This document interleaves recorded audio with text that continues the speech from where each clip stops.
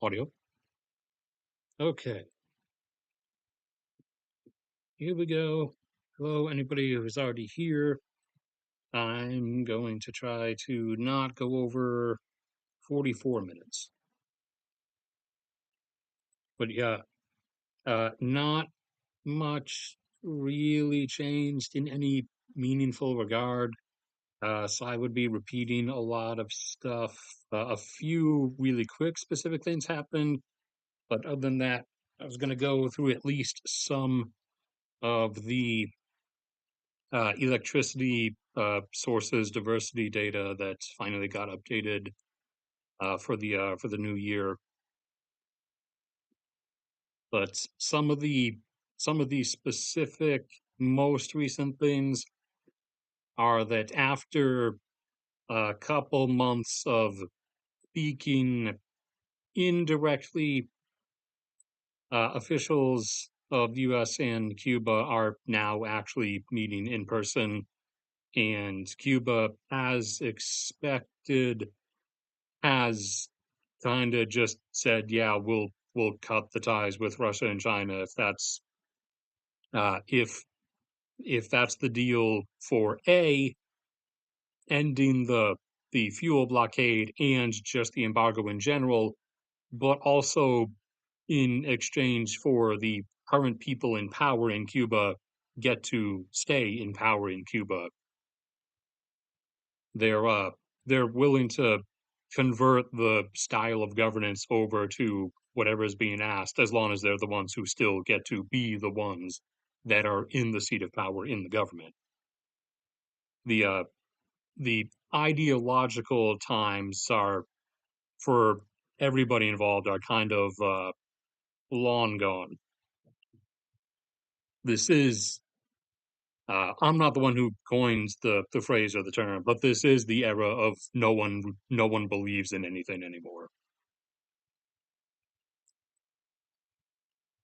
And U.S. oil production was declining from its peak of 13.8 for the third time and got down to under 13.6, but jumped back up to 13.7 as of Wednesday, from which it will then resume going down. Now, the majority of that sudden jump upwards, as I've said before, the declines from shale reaching its limits are about 10 to 15,000 barrels per day of production lost per week, with random sudden upward jumps from offshore fields in the Gulf of Mexico starting up, or, as is the case this time, large projects back up home in Alaska on the North Slope.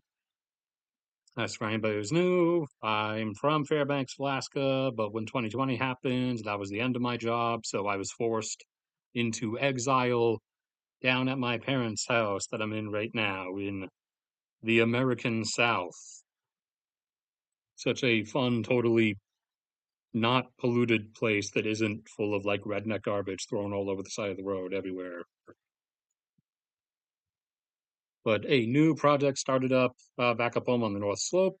There was a 80,000 barrel per day upshot activated all at once, along with some other minor adjustment stuff offshore. So that's where the sudden jump came from. And like I said, in general, that's why any temporary course reversal to the decline that we've now entered into is going to come from almost always seemingly sharp, sudden upward jumps that the decline will then just resume from at the same pace. Uh, was there anything else that really changed? You check, see if anybody else is in here. Okay. U3. Oh, it really is only U3.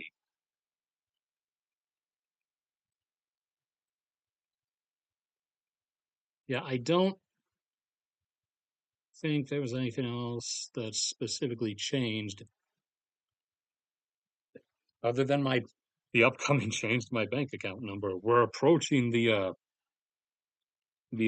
Max Ogier expends 90% of his money a day as I'm ordering the new laptop. probably this weekend, but not entirely sure yet. But regarding the shutdown, U.S. blockade remains in place. Uh, Iraqi tankers, Iran is now letting exit and enter. The pace has been at roughly about 1 million barrels per day or so. It's that's averaged out for the last 2 weeks. It's kind of like scattered and uneven. Like, for example, on Wednesday night, three separate oil tankers left carrying oil from Iraq for various destinations, India, China, and one for Vietnam. Two of them were 2 million barrel tankers. One of them was a 1 million barrel tanker.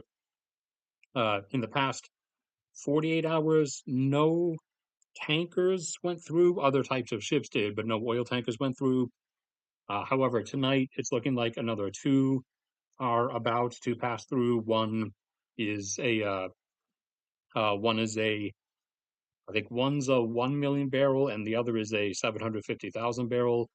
So it's not like a consistent stream, but it's averaging out to about 1 million barrels per day of, for the time being, exclusively Iraqi exports being allowed to leave. And the pressure game for hoping Iran concedes more than the U.S. does from the U.S.'s angle is hoping to press things for a couple weeks longer until Iran runs out of storage options, as their onshore storage filled up, but they did have a bunch of older derelict oil tankers that have been kind of sitting around for decades that were just never scrapped. They were never disassembled. And so they've been pulling those out of ports and bringing those up to Carg Island and filling them up as a form of floating storage. And I said when they started doing that there's a fair chance some of them are probably not all that well held together anymore, and there's a fair chance of some of them leaking. We did see that one of them had a major leak, and there was a oil slick that developed in the northern Persian Gulf that's now drifting around there and is at risk of getting taken up into the desalination plant intakes of Kuwait or northern Saudi Arabia. So one of those roughly 20 did end up leaking, but they were able to turn it off pretty fast because, I mean, once it goes up and they have the stuff hooked up and it starts filling up, it then started leaking. This is the most likely scenario. Once they saw and realized that it was leaking, they obviously would cut the flow off, but the oil that had already been loaded onto the tanker up to the point before they noticed that it was leaking was then effectively locked into leaking at that point. And at the current pace, the point at which they would run through the remaining uh, decommissioned, now no longer decommissioned tankers to use as floating storage, would be right around either the end of this month or right at the beginning of the next month. So, although both sides in the negotiations have really gradually inched closer to each other, the U.S. is likely primarily waiting until the floating storage portion runs out uh, to give that a moment afterwards and see how much further Iran is willing to come in their direction versus how much further the U.S. is still going to have to go. But past that point, there's everybody's kind of out of options, and you're going to have to make one of the two choices that we discussed last time, unless everyone goes actually insane and restarts things. Like Israel is apparently heavily pleading with the U.S. to resume the bombing,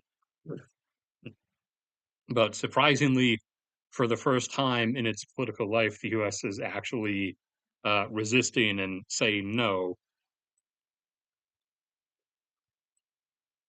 But that's the setup for all that as of the moment.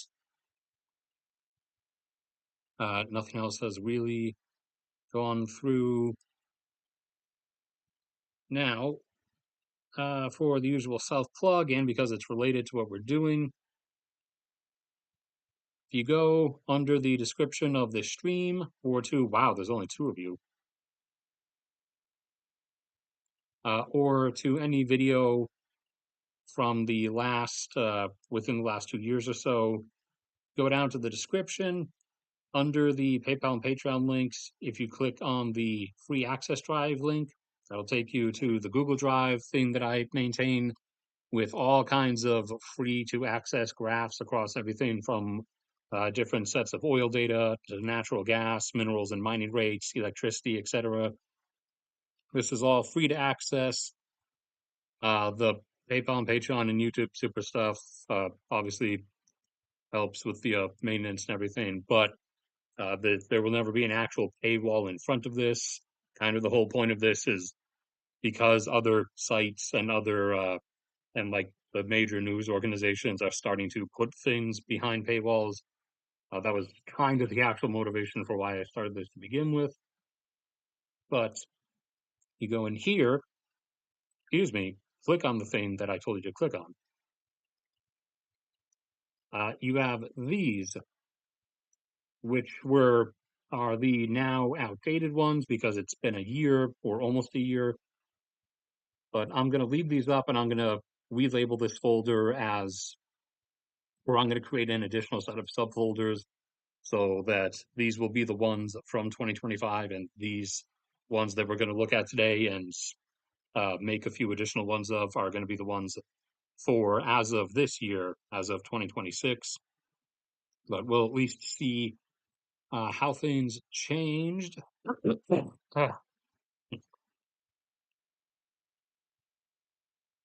All right, so let's see. This is what it looked like last year. And I think I completed a couple dozen of these. There we go. Okay, so what do we have this year?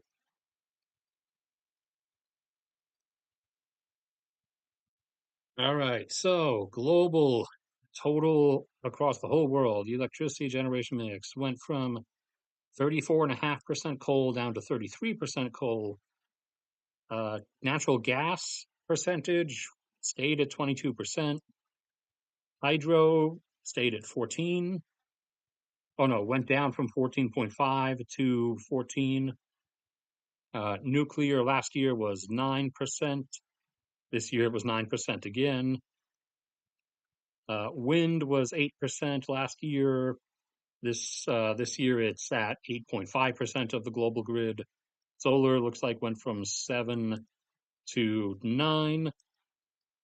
And I have to go back into the breakdown for that because on the global data set, they just count solar and solar thermal as one thing, but they're two very different things.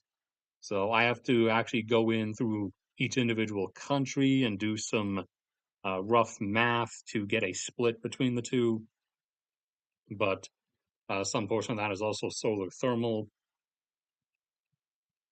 Oil-fired power generation, or just liquid fuel, because that usually is an umbrella term that also includes diesel generators, went from 3% last year to down to only 2.5% this year. And everything else same, about 2%. I forgot oh yeah, dark green is geothermal. So 0.5. I just I didn't separate it out on this year's, but it's about the same, about 0.5 on the global scale.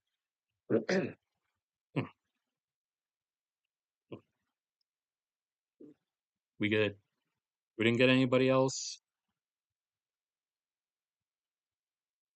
All right. If anybody just showed up, you can scroll back on the time bar and everything. Oh, now everybody's suddenly showing up.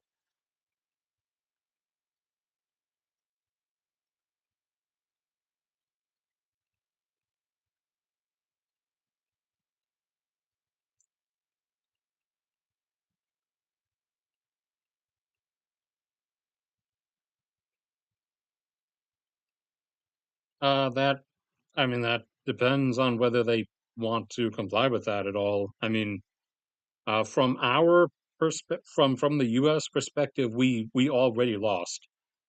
That's like because we did not actually get what we intended to.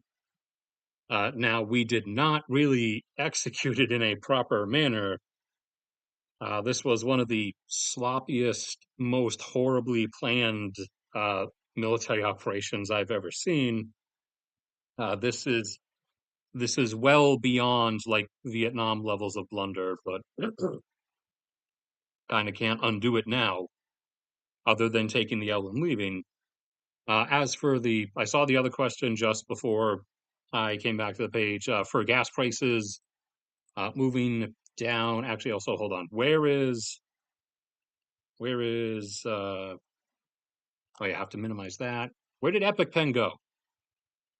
Oh, I closed it. That's why it disappeared. So in the general area around. Oh, now we have to minimize again. Get down. You do this. You do this. You do this, and you come back. Thank you, Epic Pen, for now cooperating with me. So again, in the general area where I am living in exile since 2020, the general area around Charleston, South Carolina. In the general area, the gas prices were $2.59 pre-war. They are, as of now, up to $4.29. That was on Wednesday. I will not get to see any signs again until Josh has taken me to the store on either Monday or Tuesday. So I'll bring my camera then and snap a photo of one of them. But my parents said when they left because they went to go run away to the Caribbean again, they said some of the signs were 434. So I'm taking their word for it. They wouldn't really have a reason to lie to me about it, obviously. So some of them, as of today, 2 days later after Wednesday, are slightly higher, but a lot of them they said were also still at 429, but some of them bumped up to 434.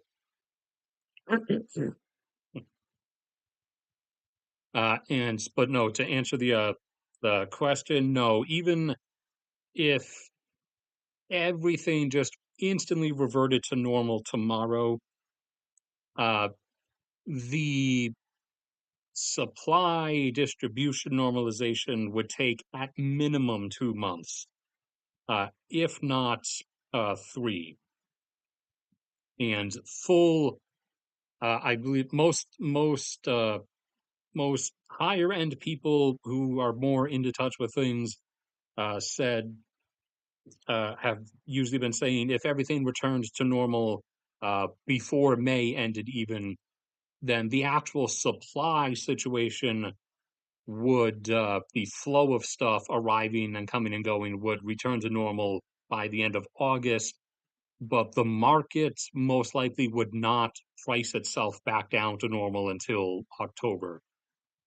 One way or another, between $6 and $8 a gallon for U.S. gas prices is kind of locked in at this point. There's no escaping that.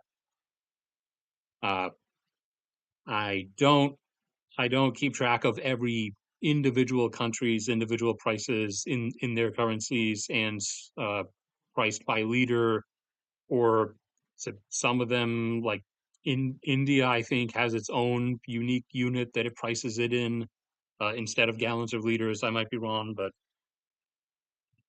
everybody, I don't keep like a spreadsheet of price conversions, so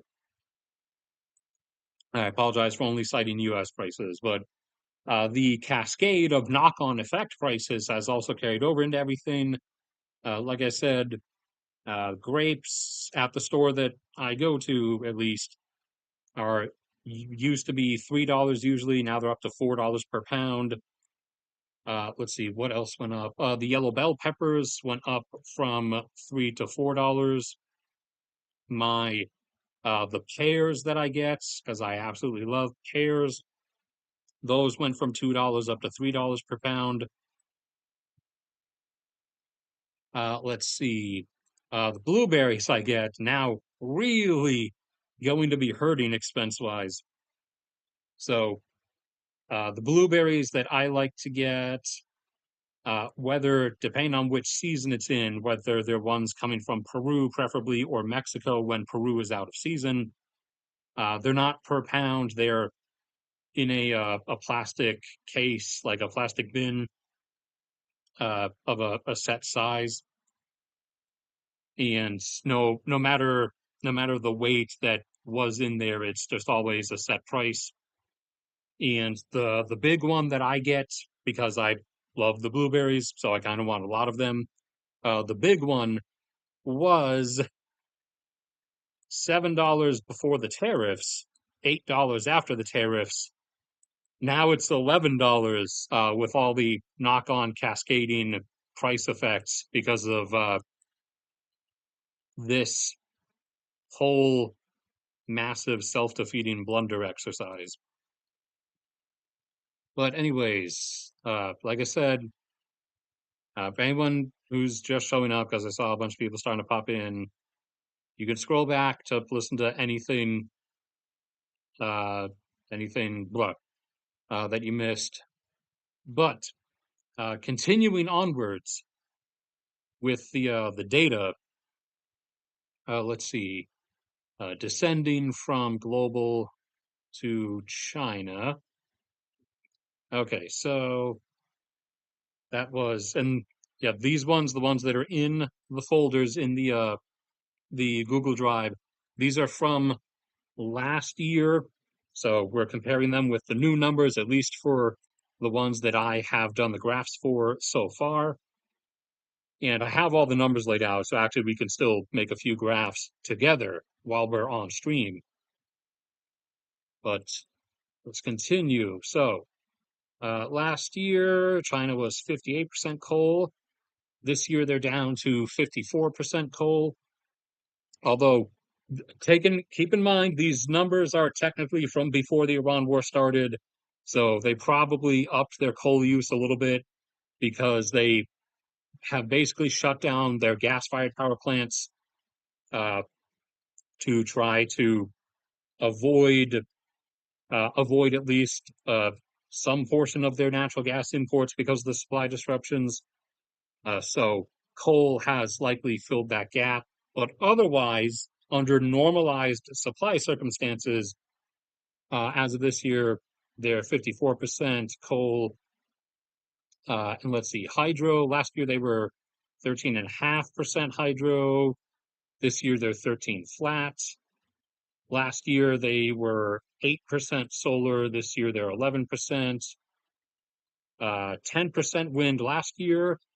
This year wind is up to 11% of their power grid. Nuclear went from 4% of their power generation up to 5%. Natural gas was 3% last year and 3% this year, before the Iran war started at least. And 3% everything else versus 3.5% everything else last year.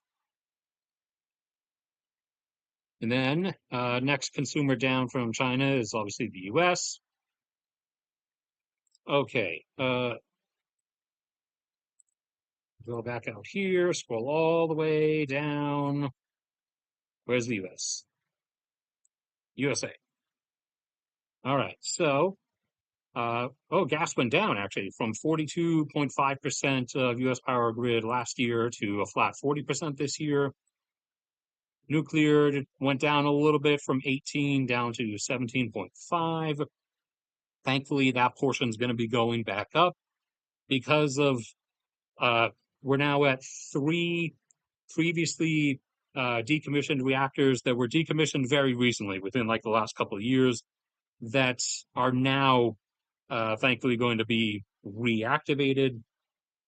And several, I forgot whether we're at 2 or 3 new ones that are actually now being built that were previously There were previously, up until just the last year or two, were just as listed as potential maybe projects, but now they're the various power companies are actually going through with them. Last year, coal was 15%. This year, it went back up to 16 and a half. Last year, wind was 10.5. This year, wind has come in again at 10.5. Solar went from 7 up to 8.5. And of that, I think 1%, technically that should be broken off as 7.5% solar and 1% solar thermal, as there are several large, like 500 megawatt plus projects out in Southern California and Arizona and Nevada. Hydro 5.5. Last year was also 5.5. And yeah, each of those is 0.5 at the top for last year. The pink being everything else, the dark green being geothermal, and the dark red being oil fired. Everything else is 1.5% this year. So yeah, it looks like it's probably the same spread among the everything else category. And next one down from the US is obviously India. So let's see. India. India I. There we go. So India's coal consumption went down, it looks like, or the percentage it provides to their grid, their actual coal consumption, the amount of coal they're using is going up. But its degree of how much of their electricity generation comes from coal went down from 74.5% to 71% over the past year. Solar went from 6.5% up to 9%. And all of theirs, I think, is regular solar panels. I don't believe they have solar thermal projects. Hydro went from 7.5% up to 9%. Wind is up to 5%, whereas last year it was 4%. Nuclear. Hmm? What the? Oh no, I miscolored the things. Nuclear is supposed to be the purple one. Oh well. Well, last year gas was 3%, whereas this year it's less than 3, as it's now part of the 3% of everything else. And this was before the Iran war started, actually. So they were already reducing their degree of gas consumption or use for power generation, as they don't have a lot of natural gas domestically. And so they were already trying to save like supplies specifically for industrial use. And nuclear is 3% this year, whereas last year it was 2.5. Says blah blah blah. India, Russia's next. All right, Russia last year versus Russia this year.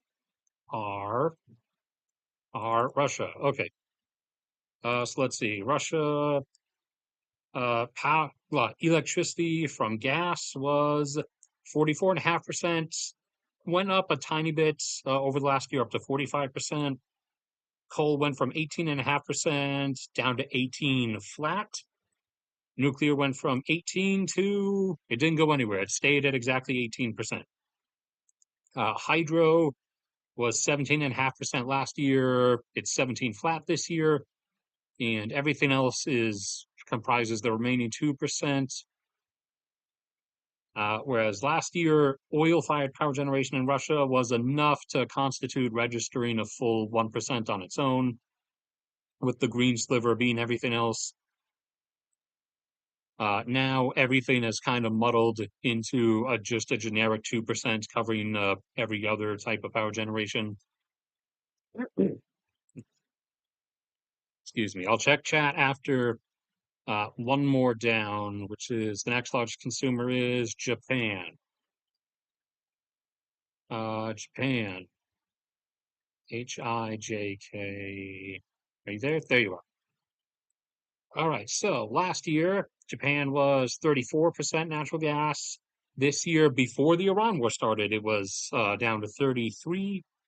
Last year, it was 32% coal. This year, it also has been 32% coal. That margin is probably bigger since the war started. Solar was 10% last year. It's 10% again this year. Nuclear was 8.5% last year. It's up to, as of the beginning of this year, it was up to 9%.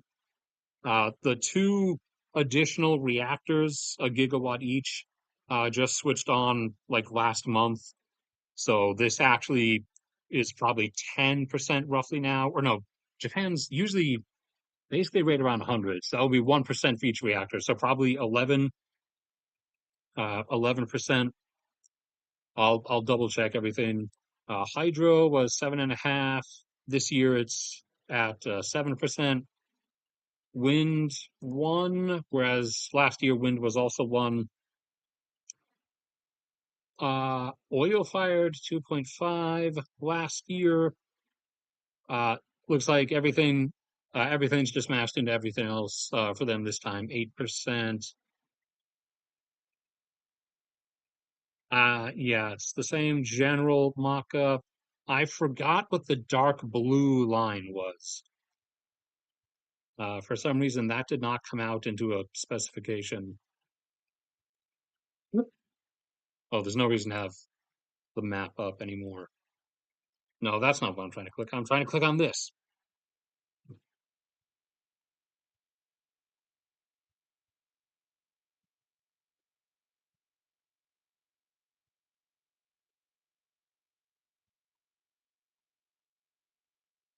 Uh, WHF wave. I am not familiar with that acronym.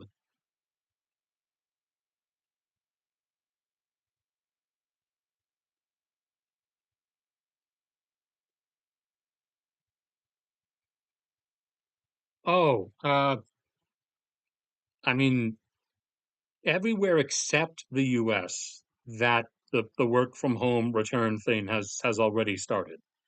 Like especially in the heavily dependent countries, like the East Asian and South Asian countries, have already started that and already reverted to like 3 or 4 day work weeks, just doing 10 hours a day instead of 8, so that people are driving on one less day.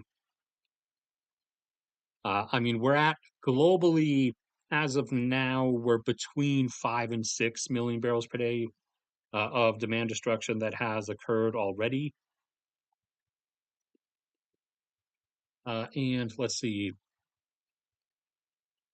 for the US specifically, before the war, it was closer to 21 million barrels per day. Now it's at 19 and a half, or I think it was a bit below. It might have been like 19.4.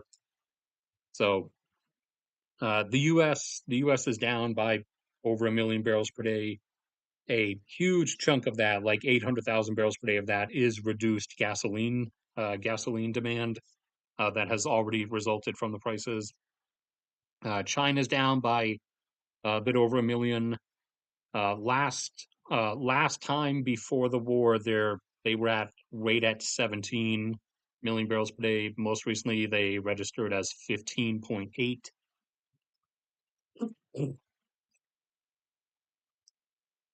And by necessity, by partially forced measures, or in other cases like Vietnam and the Philippines, the public willingly willingly responding to requests from the government to try to use as little as possible.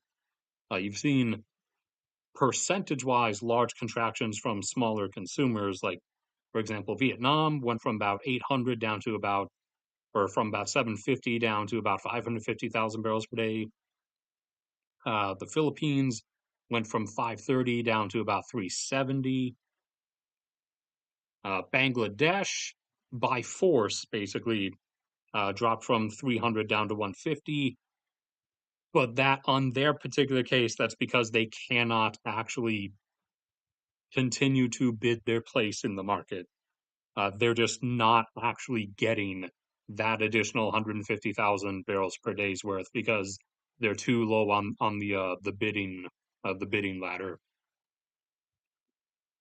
Japan is down by like 700 or 800,000. They were at like 3.3 or 3.4, and now they're down at about 2.5. I'm trying to think. Egypt was close to 1 million, but they're down more around, or actually they're under 700,000 right now. Thailand was at about 1.2. They're down at a flat 1. Australia was halfway between 1.1 and 1.2. They're also at a flat 1 now.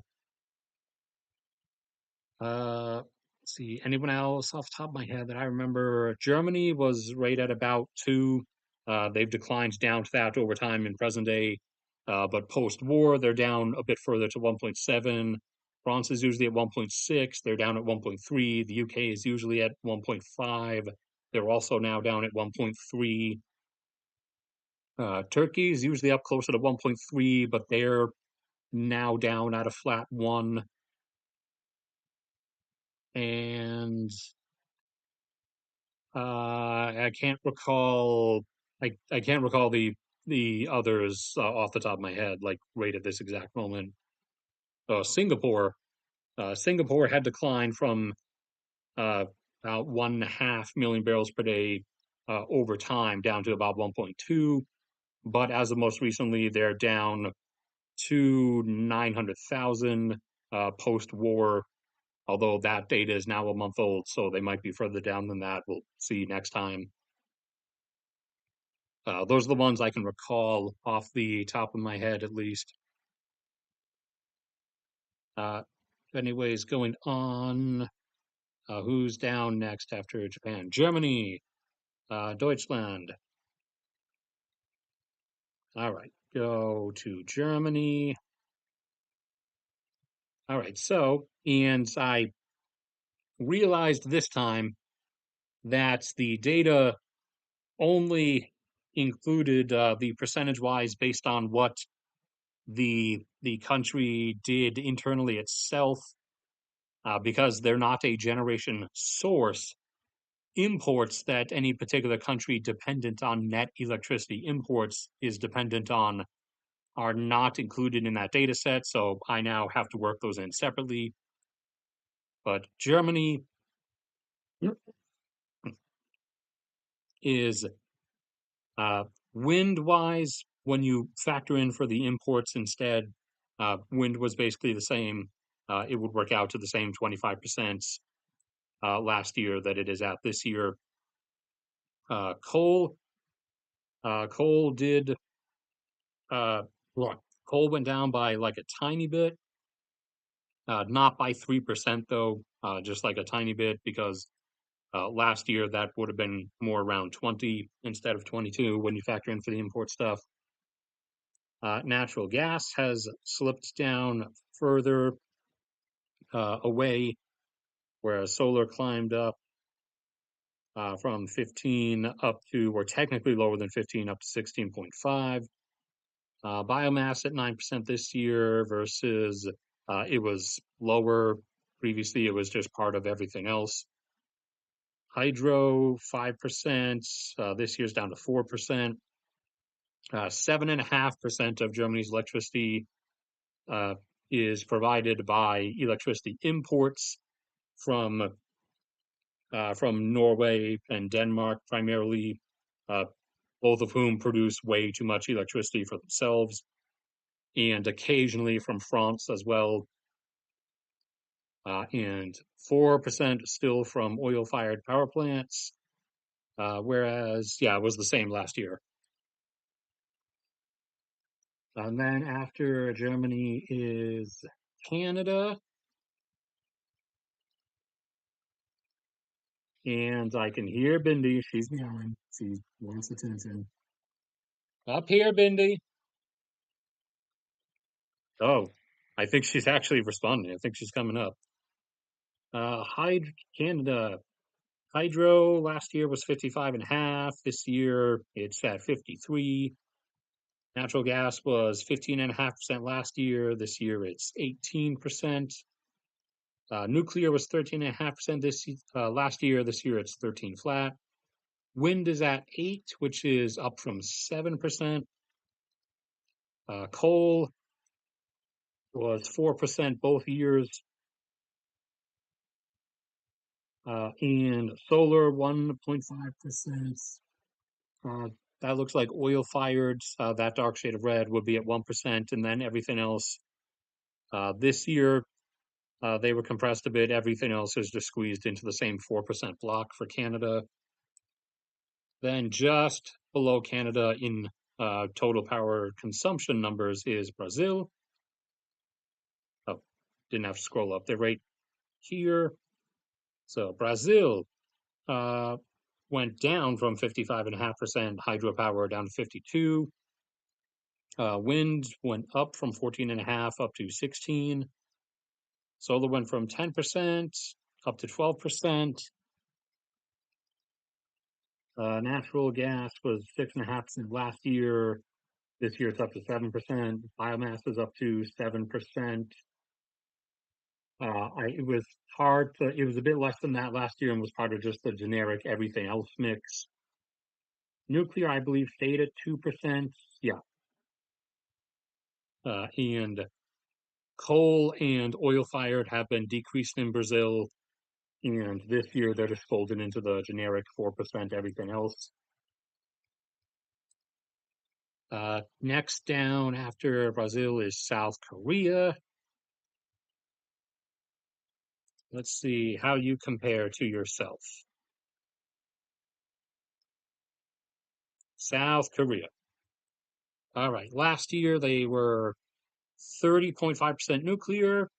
This year that slipped down a little bit to 30%. Coal bumped up to 41 or 31, up from a flat 30 last year. Gas went from 28.5 down to 28.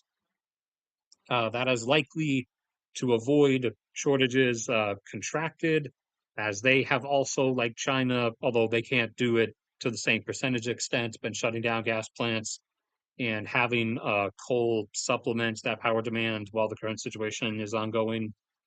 Solar's up to 6% from 5.5, and then everything else 5%.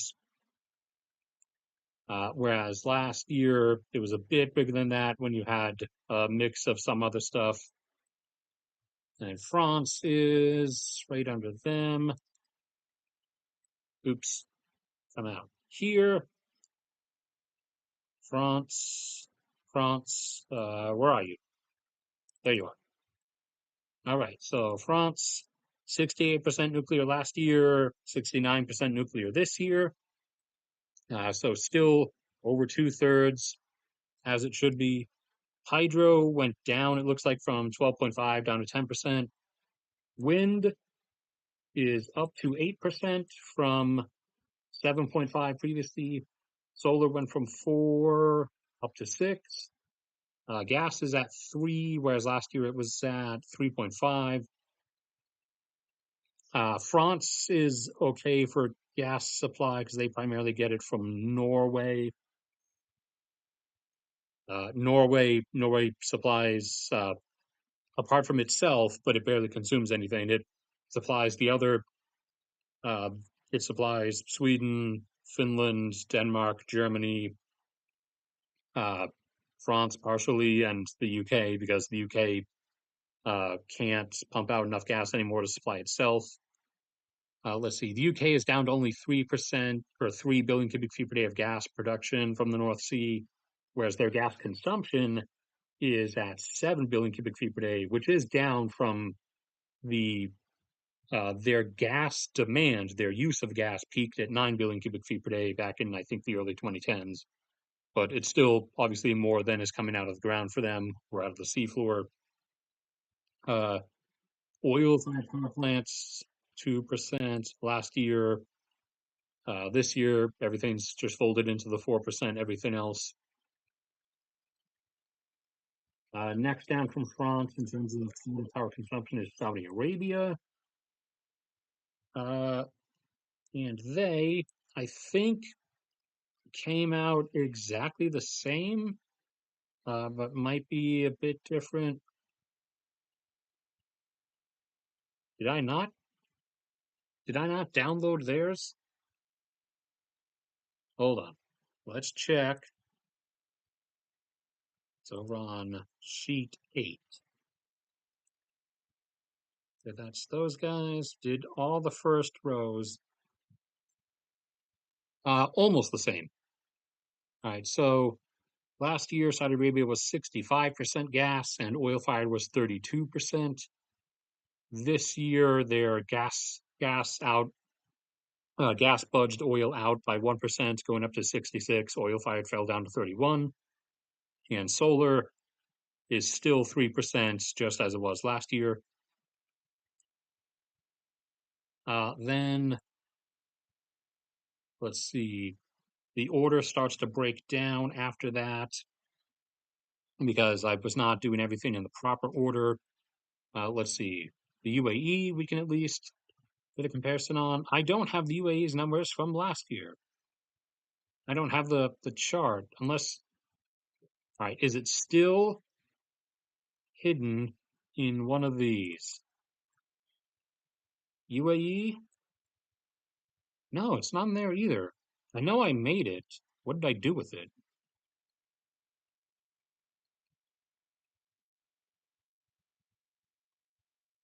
Hold on. I'm running through these untitled screen caps to see if it's lost among these.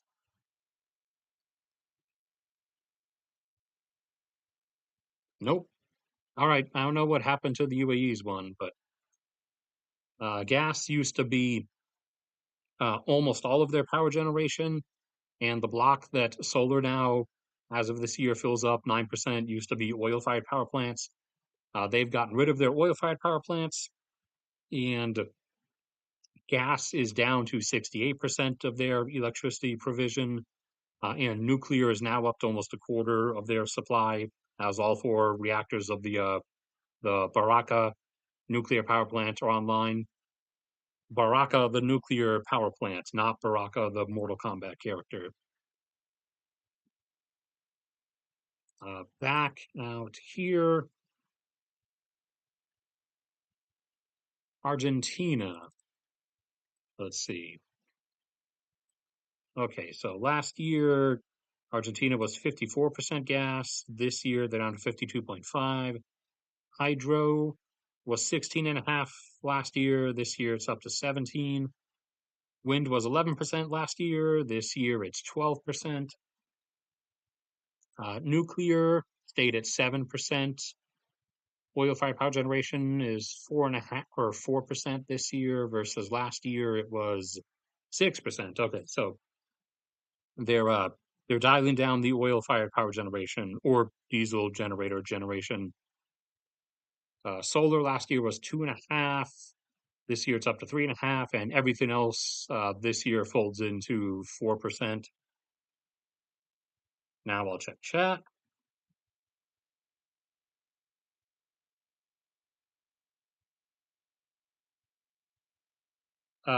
No.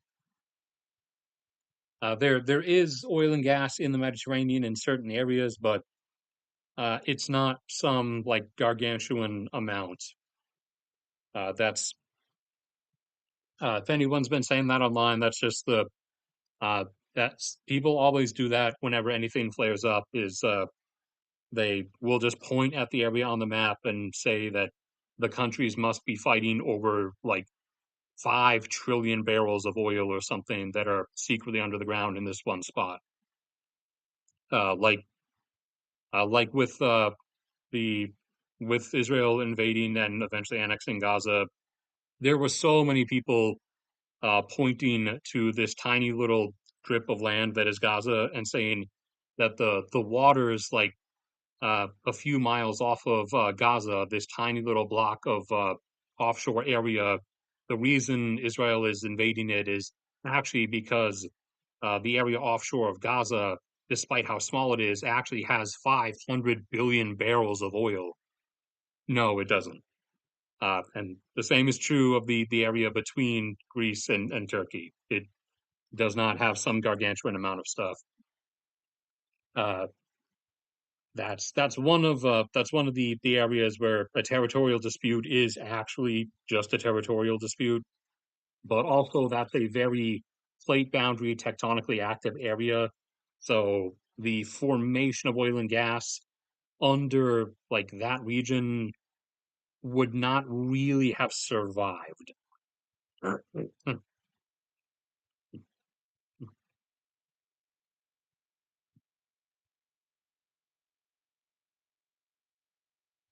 Uh, hold on. Let me see.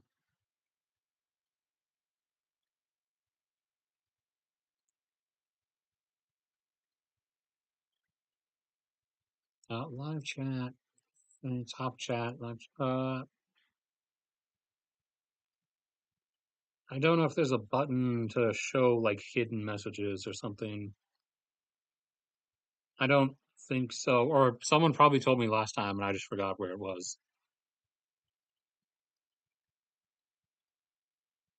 I do not like set words to get like filtered out or anything. So if stuff is like automatically disappearing in the chat when you type it, that is on YouTube's end. Oops. Let's see. I better not have actually clicked on Microsoft Edge. Let's do Denmark. Do I actually have Denmark's in here? I don't. All right. Well, Denmark is, as of this year, 58% wind powered, 20% biomass, 13% solar, 4% oil fired, 3% coal, and 2% natural gas.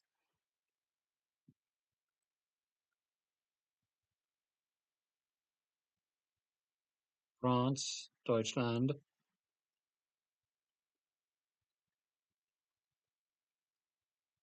Indonesia. Okay, Indonesia this year versus Indonesia last year. Let's see. Indonesia declined in the percent that coal provides to its power grid. Its actual total consumption of coal is still going up. But they went from 66% coal-fired power generation down to 61.5. Gas went from 17% up to 18.5%. Hydro from 7 up to 7.5. Geothermal last year was 5%. This year it's slightly lower at 4.5. They have not shut down geothermal plants. They're actually building more new ones. They won't be finished until I think 2028 though, or at least the first pair of them, and then another few will be finished in 2030. But since Indonesia's electricity demand is growing, the percentage of total power for some things decreased, like geothermal. Biomass at 6%.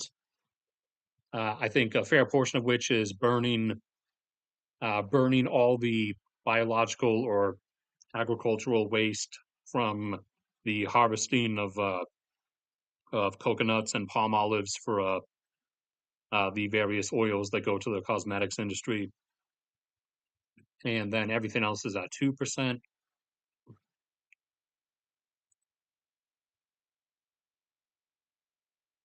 Japan, Kenya.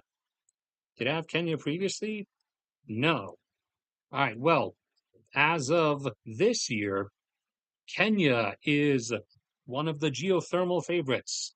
46% of their electricity comes from geothermal, 21% from hydro dams, 16% from wind, 10% from not actually oil fired. Like I said, that gets put out as an umbrella term. They're mostly diesel, large diesel generators. 5% now from solar and 2% from biomass.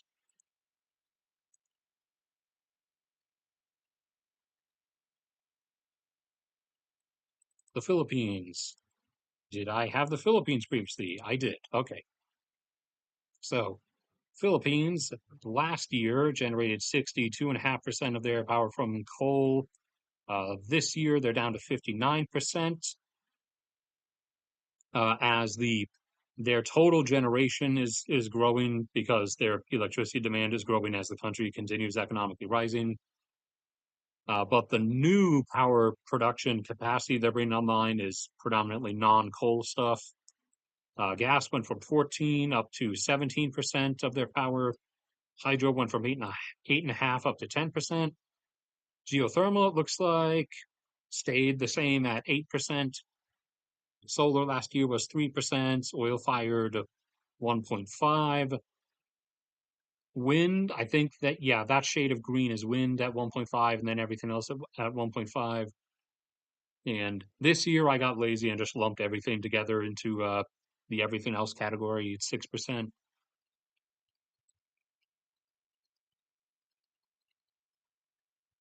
We did Russia, we did South Korea, did the UAE, US, and the whole world. Okay. Well, that's all the ones that I actually completed thus far. Obviously, I'll make a video with all of the new ones once I actually finish the process of making the graphs for them.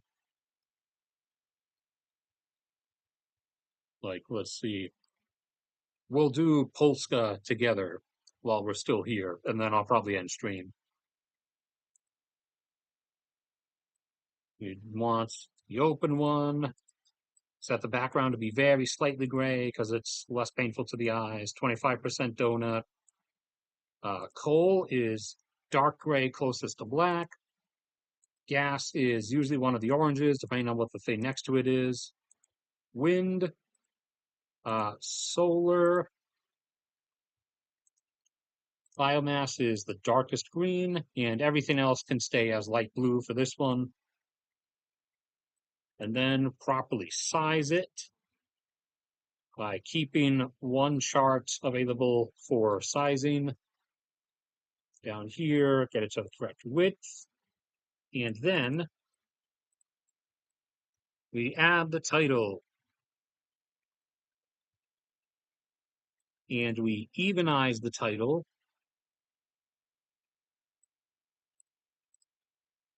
Download the chart so that I can then upload the chart. So Polska, we can see 50% coal this year versus 53.5% coal last year. Wind last year was 14.5%. This year it's at a flat 14, alongside natural gas at a flat 14. Last year gas was at 12%, solar was at 9. This year solar is up to 11. Oil fired was 4.5 and hydro was 1.5. Biomass now is 5%, and everything else below that just got smashed together into 6%. In 2032, I believe, Poland's big nuclear power plant that they're constructing, which will be either 4 or 6 gigawatts, depending on which final number they decide to pick. So they'll get a big purple pie slice breaking into here and displacing some things. All right. Unless anything else comes up from anybody or there's any super chats or anything, that's probably going to be where I'm going to end it.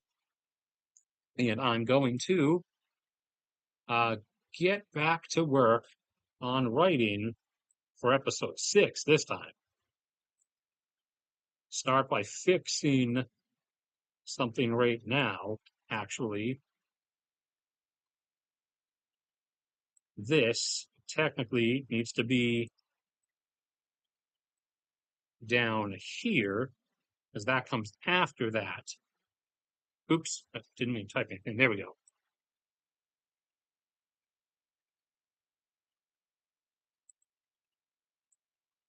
And I'll get all the other charts and I'll make, like I said, I'll make the 2 separate folders and then one for each year thereafter. So the electricity generation source charts the folder will then have individual subfolders. We'll have the previous ones for last year, and we'll have the 2026 folder for this year. And eventually I'll start working backwards and doing each individual year's charts so that if you ever want to compare to any particular year, you can, or if you want, you can get them all together and set them up like a slideshow that you can press the arrow key to keep sliding through to see how the donut chart undulates and the different slices change size and shape over time.